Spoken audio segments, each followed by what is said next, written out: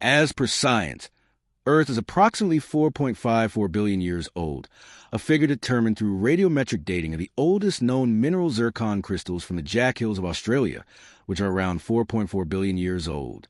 The planet formed from the same swirling cloud of gas and dust that gave birth to the rest of our solar system. To put that number into perspective, if Earth's entire history were compressed into a single calendar year, humans would not appear until the last few minutes of December 31st. The planet has lived through most of its existence without us, and crucially, it is now more than halfway through its habitable lifespan. The clock is not just running. It has been running for a very long time. About 4.6 billion years ago, a vast molecular cloud collapsed under its own gravity, spinning and heating until the young sun ignited at its center.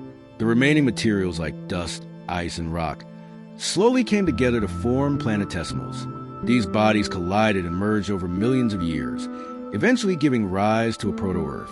The young planet was a violent, molten world, constantly bombarded by asteroids and debris during a period known as the Late Heavy Bombardment.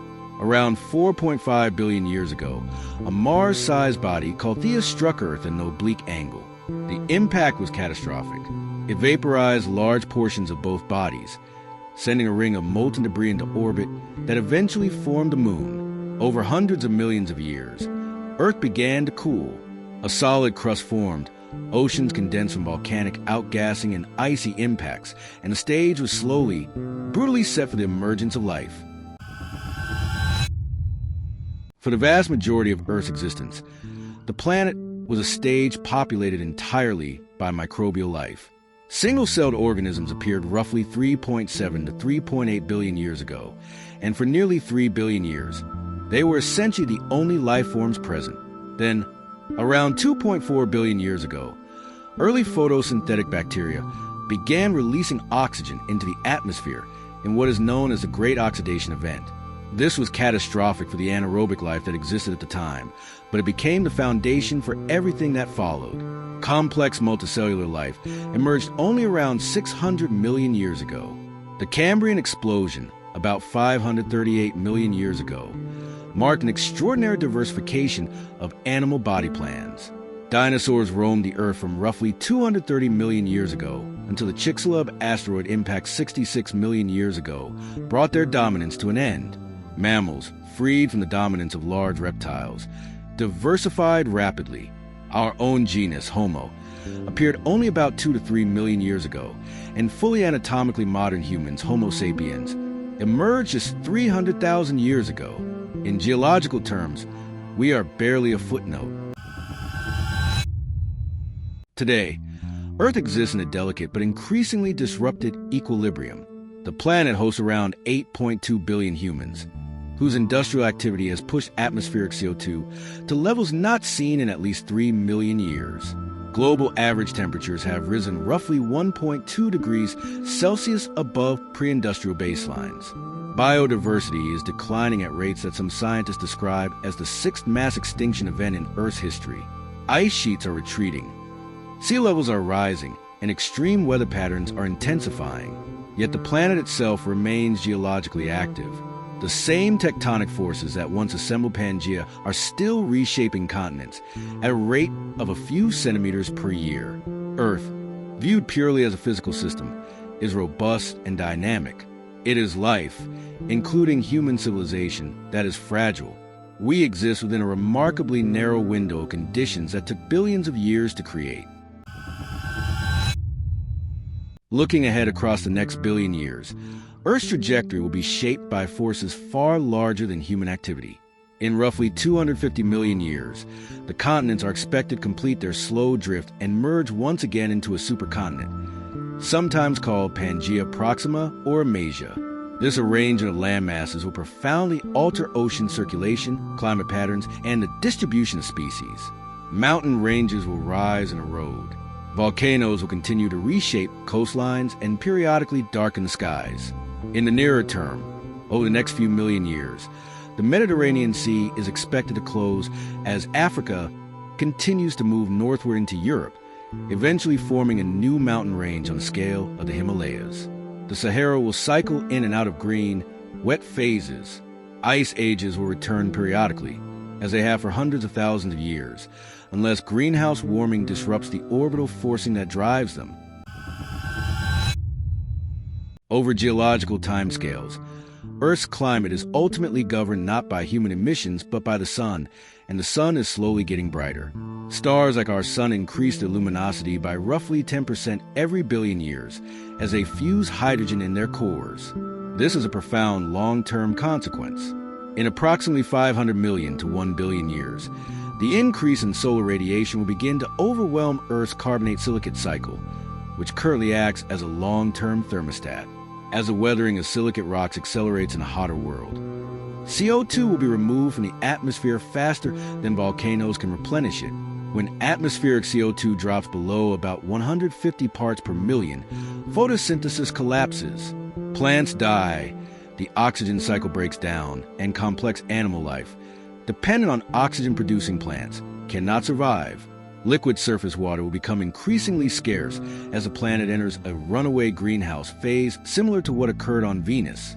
Somewhere between 1 and 1.5 billion years from now, Earth will likely become too hot for any life as we know it. The oceans will begin to evaporate. Water vapor, a powerful greenhouse gas, will further accelerate warming in a feedback loop until the last ocean boils away, perhaps 2 to 3 billion years from now. As Earth bakes under the increasingly intense glare of the sun, the rest of the solar system will undergo its own transformations. In about 5 billion years, the sun will exhaust the hydrogen fuel in its core and begin to expand into a red giant. During this phase, it will swell to perhaps 100 to 200 times its current diameter, engulfing Mercury and Venus completely, and quite possibly Earth as well, though some models suggest our orbit may drift outward enough to narrowly escape being swallowed. Regardless, surface conditions on Earth will become utterly incompatible with life long before this stage. Mars, currently a frozen desert, may temporarily warm into a more hospitable state as the sun brightens during its red giant phase, creating a brief and ironic window of habitability in our cosmic neighborhood. The outer solar system will also transform. The ice-covered moons of Jupiter and Saturn, such as Europa, Enceladus, and Titan, which today may harbor subsurface oceans beneath frozen crusts, could see their icy shells melt away. Titan's thick nitrogen atmosphere may persist for some time, potentially making it one of the most complex environments in the solar system for a few 100 million years. Eventually, the sun will shed its outer layers in a spectacular planetary nebula, leaving behind a cooling white dwarf roughly the size of Earth, but containing about half the sun's mass. The remaining outer planets, Jupiter, Saturn, Uranus, and Neptune, stripped of the sun's warmth, will drift through the darkness as frozen, inert worlds. The solar system will still exist, but as a quiet, cold graveyard orbiting a fading stellar remnant. Whether or not Earth is physically consumed by the expanding red giant sun, its fate as a world capable of supporting life is sealed long before that moment. The sequence unfolds roughly as follows. Complex animal life disappears within 500 million to 1 billion years. Microbial life may persist in extreme environments for somewhat longer. The oceans evaporate within 2 to 3 billion years, and the surface becomes a molten, Venus-like inferno. If Earth survives a red giant phase, drifting outward just enough to avoid being engulfed, it will remain as a charred, airless rock, its atmosphere stripped away by intense solar winds.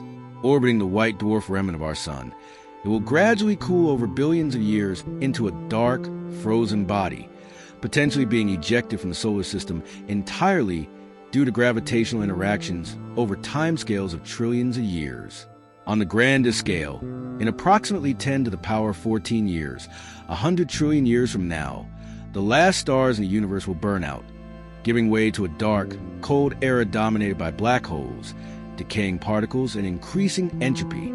Earth, wherever it ends up, will be indistinguishable from the surrounding void. The atoms that once formed its mountains, oceans, and every living thing that ever existed will be dispersed into the deep cold. We are, in every measurable sense, a civilization that exists in a single bright and improbable instant, sandwiched between the chaos of Earth's violent birth and the inevitable quiet of its end.